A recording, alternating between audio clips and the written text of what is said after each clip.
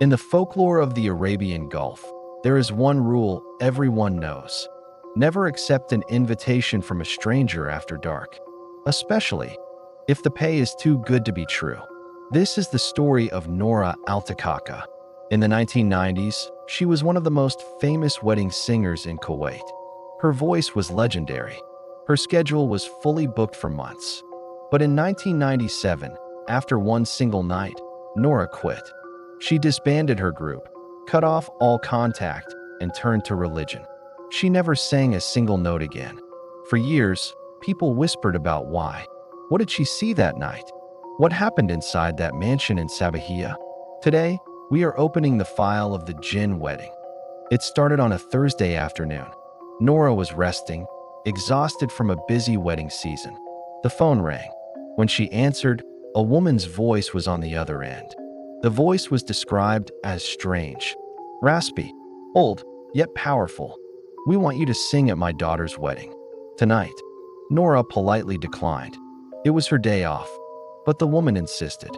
She offered a sum of money that was 5 times Nora's usual rate, an amount no one in their right mind would refuse. Nora hesitated, but greed, or perhaps fate, won. She gathered her band, a group of about 6 women who played drums and sang backing vocals, and they got into their van.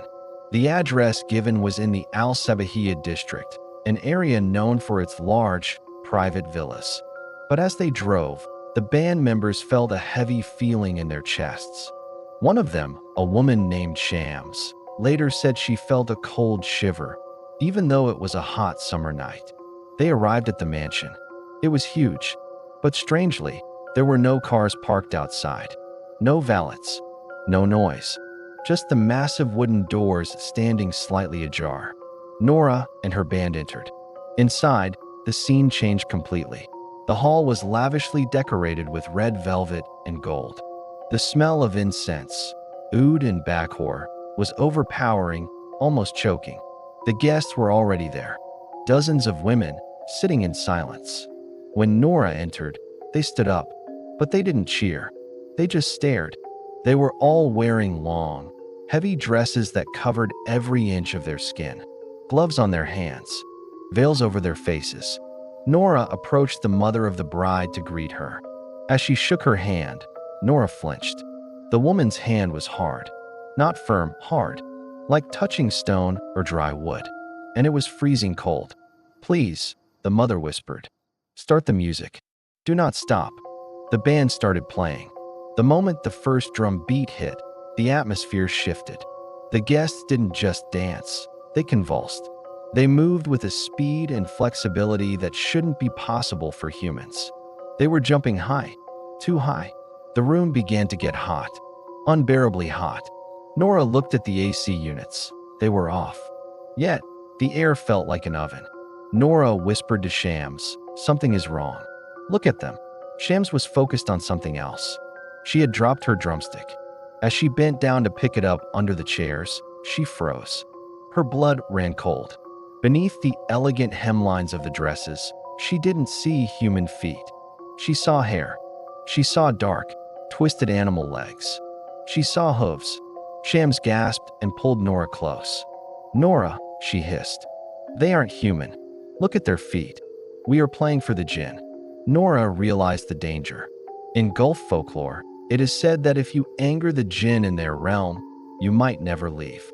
"Keep playing," Nora ordered her band, her voice trembling. "If we stop, they will attack us." They played for their lives. Hours passed. The heat became suffocating. The guests were now screaming along with the music, a sound that was more like howling than singing. Then, salvation came. Outside, the first light of dawn broke. The call to prayer, the adhan, echoed from a nearby mosque. "Allahu Akbar." The effect was instant. The music died. The guests froze, then shrieked. The lights in the mansion flickered and went out. Nora screamed, "Run!" The band threw their instruments and sprinted for the heavy wooden doors. They didn't look back. They scrambled into the van, tires screeching as they sped away from the cursed house. A few days later, Rumors say Nora sent someone back to the house to retrieve their expensive instruments. What they found was terrifying. There was no mansion. The address led to an old, abandoned ruin, a house that hadn't been lived in for 20 years. The floor was covered in thick dust and sand. But there, in the middle of the ruin, sat their drums. Untouched. Nora Alaka retired that very week. She passed away recently, taking the full truth to her grave. Was it a mass hallucination? A prank? Or did she really stumble into a celebration of the underworld? In the end, it remains one of the most chilling urban legends of the Middle East. So, next time you hear music coming from an empty house, don't knock on the door. Thanks for watching. If you want more true horror from around the world, hit subscribe.